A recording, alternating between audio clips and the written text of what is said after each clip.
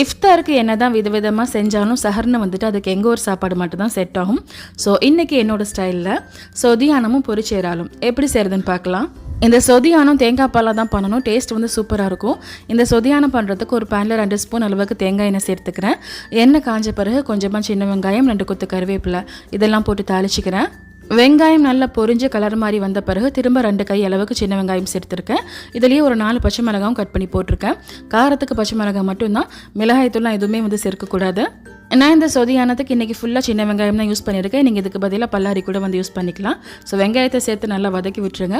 இப்போ ஒரு டீஸ்பூன் அளவுக்கு மஞ்சள் தூளும் சேர்த்துட்டு திரும்ப நல்லா வதக்கிட்டு நான் கெட்டியான தேங்காய் பால் வந்து எடுத்து வச்சுருக்கேன். அதையும் வந்து சேர்த்துக்கலாம்.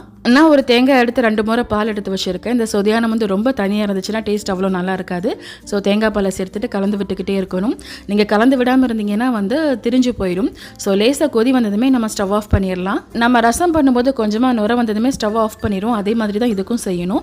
இப்போ இதில் 2 ஸ்பூன் அளவுக்கு மாசித்தூள் சேர்த்துக்கிறேன். மாசித்தூளையும் சேர்த்துட்டு நல்லா கலந்து விட்ட பிறகு ஸ்டவ்ல இருந்து இறக்கிடுங்க. ஸ்டவ்ல இருந்து இறக்கின பிறகு ஒரு நிமிஷம் நல்லா வந்து கலந்து விட்டுக்கிட்டே இருக்கணும்.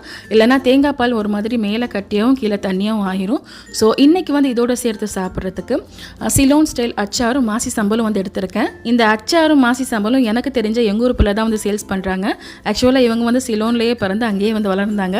இப்போ எங்கள் ஊரில் வந்து செட்டில் ஆகியிருக்காங்க. ஸோ கொழும்புடைய அதே பாரம்பரிய முறையில் தான் இந்த அச்சாரும் மாசி சம்பலும் வந்து சேல்ஸ் பண்ணுறாங்க. நான் சாப்பிட்டு பார்த்தா ரெண்டுமே டேஸ்ட் வந்து சூப்பராக இருந்துச்சு. அதில் இந்த அச்சாரில் சின்ன வெங்காயமெல்லாம் போட்டு செம்ம கிரன்ச்சியாக ரொம்ப நல்லா இருந்துச்சு. ஸோ பெண் பிள்ளைங்க வீட்டில் இருந்து செய்யக்கூடிய இந்த சின்ன பிஸ்னஸ்க்கு கட்டாயமாக சப்போர்ட் கொடுங்க. நம்பர் வந்து ஸ்க்ரீனில் கொடுத்துருக்கேன், நீங்கள் ஆர்டர் பண்ணிக்கோங்க. இப்போ இந்த சொதியானம் வந்து நல்லா ஆறி வந்துடுச்சு. இதுக்கு தேவையான உப்பும் ஒரு லெமனும் வந்து பிழிஞ்சு விட்டுக்கிறேன். இந்த ஆனம் வந்து நல்லா ஆறின பிறகு தான் உப்பும் லெமனும் வந்து சேர்த்துக்கணும். நீங்கள் ஃபர்ஸ்ட் டே சேர்த்தாலும் தேங்காய் பால் வந்து திரிஞ்ச மாதிரி வந்து ஆகிடும். இந்த சொதியானத்துக்கு எங்கள் வீட்டில் எப்போவும் நாங்கள் மாசி தான் பொரிப்போம். பட் அன்றைக்கி இந்த சிலோன் சம்பல் வந்து வீட்டில் இருந்தனால நான் இறால் பொரிச்சிக்கிட்டேன். இந்த இறால் பொரிக்கிறதுக்கு ஒரு மண் சட்டியில் வந்து 3 டேபிள் ஸ்பூன் அளவுக்கு எண்ணெய் சேர்த்துருக்கேன். எண்ணெய் காஞ்சி வந்த பிறகு 3 பல்லாரி வெங்காயம் வந்து கட் பண்ணி சேர்த்துருக்கேன். அதிலே 2 கொத்து கருவேப்பிலையும் வந்து போட்டிருக்கேன். இந்த வெங்காயத்தை நல்லா வதக்கி விடணும். வெங்காயம் நல்லா பொரிஞ்சு வரணும். வெங்காயம் இந்த அளவுக்கு கலர் மாதிரி வதங்கி வந்த பிறகு தக்காளி பழம் சேர்த்துக்கணும். நான் மீடியம் சைஸில் 2 தக்காளி பழம் வந்து கட் பண்ணி வச்சுருந்தேன். அதையும் சேர்த்து நல்லா வதக்கி விட்டுக்கிறேன். இதுக்கு நான் பொரிச்சு இறால்னு சொல்லியிருக்கேன். நீங்கள் இதுக்கு இறால் தொக்குன்னு கூட சொல்லலாம். தொக்கு மாதிரி செம்ம டேஸ்ட்டாக இருக்கும். ஸோ தக்காளியும் நல்லா வதங்கி வந்த பிறகு நான் இறால் வந்து சேர்த்துக்க போகிறேன்.